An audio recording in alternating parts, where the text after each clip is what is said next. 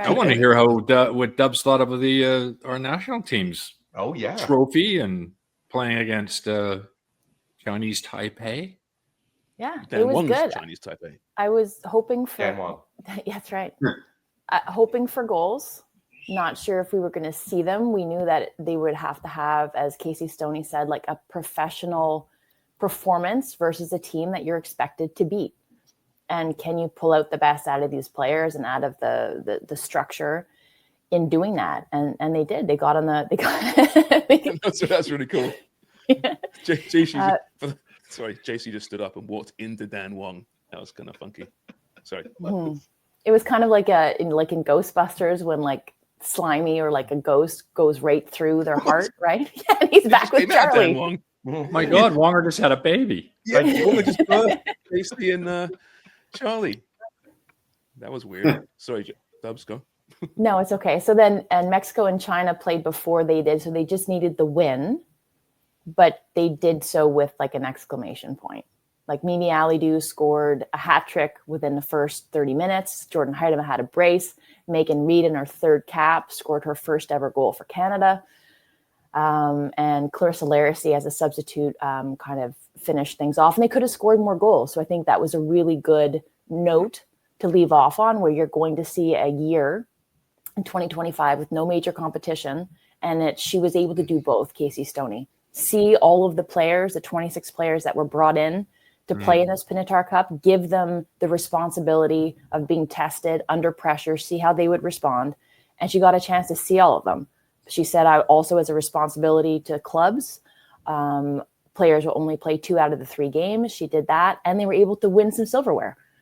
So you win the cup. I think you've just you've ticked all the boxes.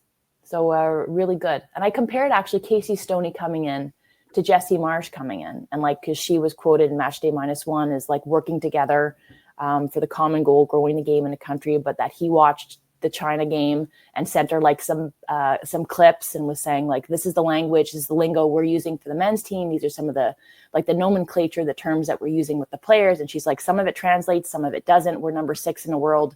We can make a push to win a World Cup.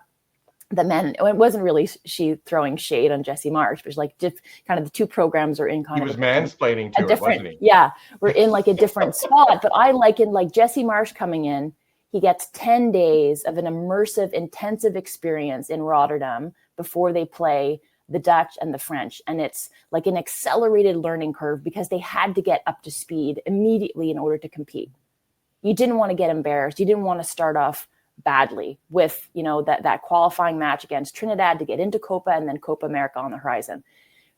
Casey Stoney is not that. It's going to be kind of a slow burn where it's almost like the Pinatar Cup was like the Coles Notes version of the Casey Stoney experience versus the intensive, immersive course that Jessie Marsh gave and the luxury of time that he had with his players. We're going to see that over the course of 2025, but I think we got a sense of it. And I think more importantly, we got a sense of the talent that's within this pool for the women's national team. And that's really exciting.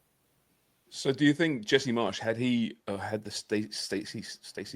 Casey Stoney slow burn into his tenure as head coach, would have done things differently than he did? Because with obviously the Copa on the horizon, the big matches coming up, being thrown into the fire, so to speak, so quickly, what would have been different? Yeah, who knows? But I think that he would have.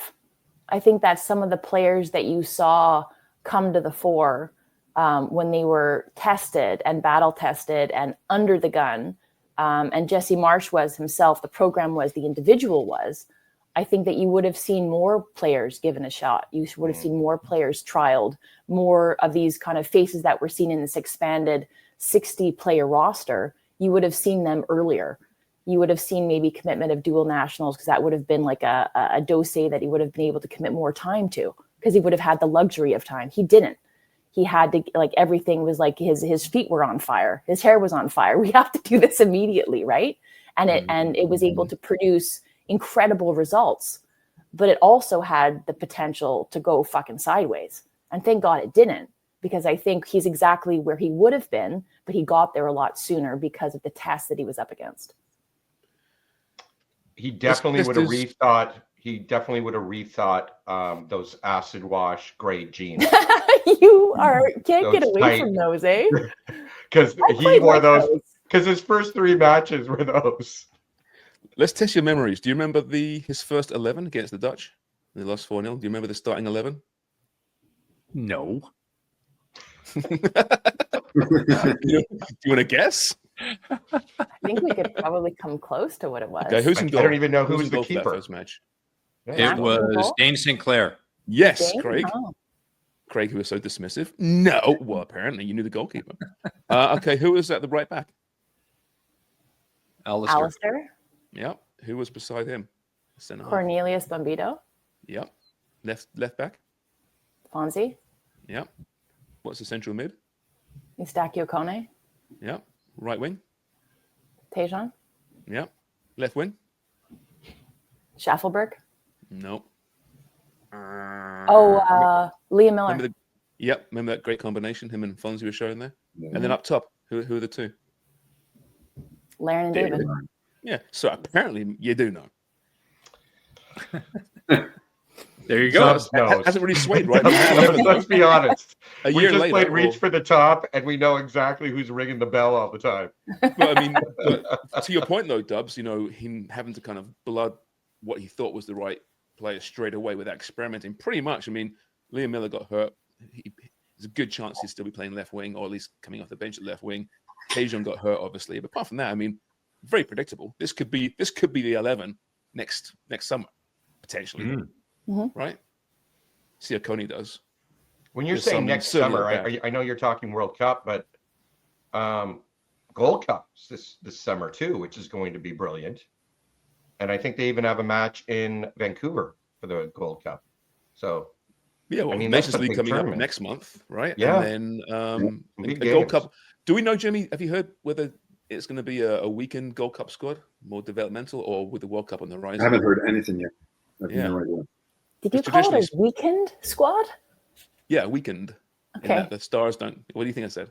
Well, no, I heard weekend, but I was just thinking you could probably go with a different word there that's not quite as dismissive. Inflammatory, but it'd be weekend though. If Fonzie's not there and John David's not there, it's weekend. Yeah, you could it could just be weekend and implying as such without calling it out. Like even B squad, I feel like is better than weekend. No, B squad's. I'd rather weekend than B squad. Really? That just means I'm a reserve. Yeah, exactly. It's weekend because your stars aren't there. Yeah. It's not. Weekend's not bad. Weekend's a proper way to say it. Experimental. B squad, no. I don't like weekend. I feel like I'm a reserve player. Is it only a weekend when it's on a Saturday or Sunday? It's a weekend. Actually, Friday at around noon is when the weekend starts. No, I'd imagine everybody's going to be there because I think that's a tournament that they're going to look to win. They've been saying it an awful long time now. They want trophies. They want to prove how good they are, and I think there's nothing better than doing it at. Sharms, you have some news about next month's match in LA, right? I'll be there. Yeah, I'm going to be there for those. Hopefully for 2 games. Oh, very cool. Fingers crossed. So I'll be jumping on the pod from there. Sorry, I'm just looking at the, and it was the exact same 11 against France. Not even one change. I think Max got back and a goal for that one. Sorry, apart from Max. So yeah, you're right, Dubs. It was very much like, man, let's start this right away. Let's not experiment here. This is our best 11 at the time. They were tough games, boy. Oh, yeah, they were 4-0 and then 0-0. Right, we saw some progress there. Yeah. Okay, what time is it?